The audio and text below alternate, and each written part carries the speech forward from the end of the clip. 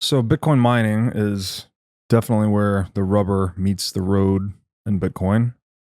Um, Bitcoin's very complicated. This is one of perhaps the most complicated areas of Bitcoin. It's the business, right? It's the ruthless capitalistic side of Bitcoin. And one of the best analogies I've heard is that it's kind of like a lottery system where every mining machine is basically generating hashes, which are like lottery tickets, and they're trying to find the winning combination to this puzzle that resets roughly every 10 minutes to win the newly issued Bitcoin. Um, and all of that energy that's poured, call it capital in terms of both the hardware and the actual energy that's poured into that lottery system goes into securing the Bitcoin network so that the bigger and more valuable the network becomes, the more secure it becomes. I would love to hear, because we're going to be doing a bit of a deep dive today on Bitcoin mining. It's going to get a little technical, jargon heavy at times. So before we did that, I'd love to hear your thoughts on just kind of like big picture Bitcoin mining 101. Yeah, so it's an unriggable game. Bitcoin is in general, in theory anyway, and it's quite close to that in practice. I usually use a language analogy where if you want to communicate and you're using a well-adopted language like English, you're going to need to fit the rules of the language as established by its participants. So you can't start speaking nonsense because you're not going to be understood. So in a context of something like English, there's enough people speaking English that it's of your benefit to learn it because it's going to help you.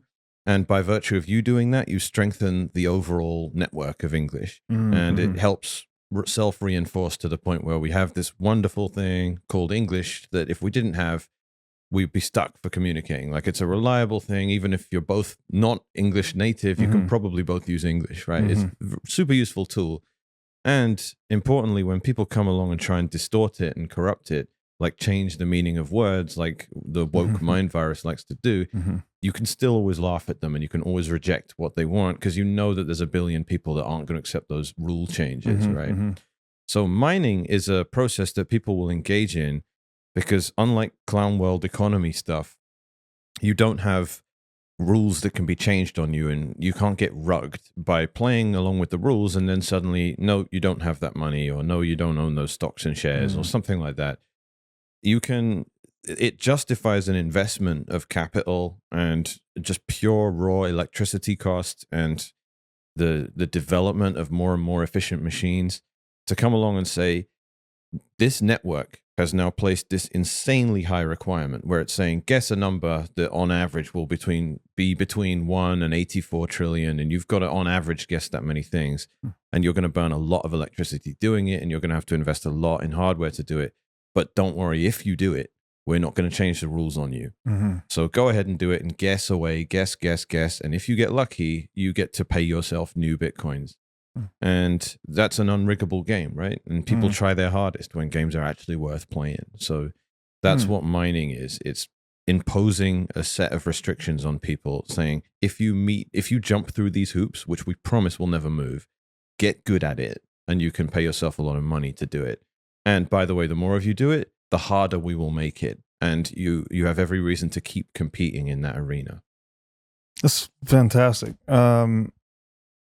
Another, maybe this plugs into what you're saying too, as it being an unriggable game. One of the ways I've put this is that if you want a money that no one can counterfeit, then you need to root it in the thing that nobody knows how to counterfeit, which is energy, right? You can't fake energy. Basically, you have to work to produce it. What is it? What then would you say, the very common critique that's wielded against Bitcoin is that it quote unquote, waste energy. But what you're describing here, I think, is that you need the energy expenditure to make this game unriggable. How do you then counter that common critique that's wielded at Bitcoin that it's wasteful? Yeah, so that's the fundamental currency of the universe is energy. It can't be used directly as a medium of exchange, right? And it can't really be stored super efficiently either. So, but you can measure consumption of it pretty well. So this is kind of well established in the Bitcoin space that that's how you anchor it back to physical reality, is this consumption of energy. Without that, you just have clown world economics, which is people saying there should be this many Bitcoin, and that person is corruptible. And that's what fiat is. It's making arbitrary rules and saying there will be this much of it. You can't have an arbitrary thing that's supposed to reflect energy consumption. You have to actually consume it. So that's what makes it unfakeable. That's how you bridge the gap between imaginary magic internet money and the real world. It's in the energy. And anyone that says we can do it without the energy consumption says we can have a worthless currency, like start Bitcoin from scratch with difficulty 0, or they're saying we need to set up some sort of trusted oracle that defines inflation rate and distribution and all that stuff.